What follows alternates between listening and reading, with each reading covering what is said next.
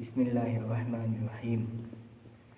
হযরত আব্দুল্লাহ ইবনে উমর রাদিয়াল্লাহু আনহু বর্ণনা করেন, রাসূল সাল্লাল্লাহু আলাইহি ওয়াসাল্লাম বলিয়াছেন, মৃত্যু যন্ত্রণায় কণ্ঠনালীতে গড়গড় শব্দ হওয়ার পূর্ব পর্যন্ত আল্লাহ তাআলা বান্দার তওবা কবুল করেন।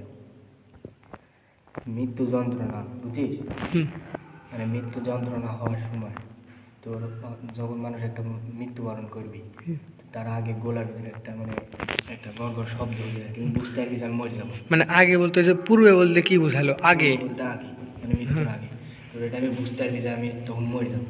মানে এই বুঝতে পারার আগ পর্যন্ত আল্লাহর কাছে মানে আর কি তওবা কবুল হওয়ার সময় থাকে। আল্লাহ তওবা কবুল করবি তার আগ পর্যন্ত। কবুল করবি। আর যখন যে বুঝতে পারবি যে আমি মরে যাবো তখন আর তওবা কবুল হবে না। মানে কি একটা সিস্টেম করতেছে যে মানে মানুষের বোঝানোর ক্ষমতা দেয়নি যে সে মরে যাবে আর কি, এরকম সিস্টেম। ফায়দা মানে এখানে একটু বিশ্লেষণ করছে বিষয়টা এভাবে যে মৃত্যু যন্ত্রণা শুরু হইলে গলায় এরকম শব্দ হইতে থাকে একরকম শব্দ হইতে থাকে। এরপর মানুষের বাঁচার আর কোনো আশা থাকে না। এই শব্দ হওয়া মৃত্যুর সুস্পষ্ট লক্ষণ। মানে এই শব্দ হইলে মানুষ আর কি মানে একদম স্পষ্ট হয়ে যাবে যে মরে যাবে, সে বুঝে যাবে যে আমার মালাকুল মাউত চলেছে আমার কাছে, তার আর কোনো সময় নেই, এরকম একটা আর কি বুঝে যাবে। এই লক্ষণ প্রকাশ পাওয়ার পর তওবা করা বা ঈমান আনা গ্রহণযোগ্য নয়। মানে এই লক্ষণ যেটা বুঝতে পারবি যে আমার ভিতর শব্দ হচ্ছে আমি মরে যাবো, এরপর আর তওবা করি কোনো লাভ হবে না, এরপর আর ঈমানও আনতে হবে। তুমি যা করবে তার আগে, মানে ওই বিষয়টা বোঝার আগে আর কি। আল্লাহ তাআলা আমাকে মাফ করুক, আমিন আমিন। তাহলে বন্ধু বুঝ, কিয়ামতের আগে মানে কিয়ামতের দিন আর কি মানুষ আল্লাহ কিন্তু কয়নি যে কিয়ামতের দিন তোমার কোনো আযাব বা কোনো শাস্তি দেওয়া হবে। কিয়ামতের দিন খালি শুধু বিচারই হবে।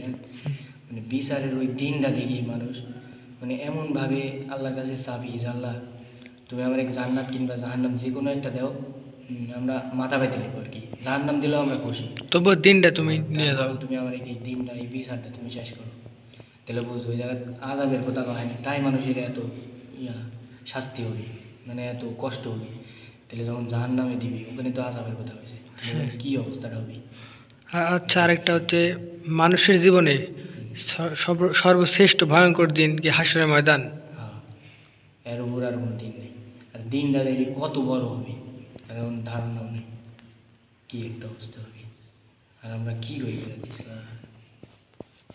মানুষের একটু কোনো ভাবনা চিন্তা নেই, ফজরের নামাজ নাই, আসরের নামাজ নেই। আল্লাহ মাফ করে দাও, আল্লাহ। আমিন।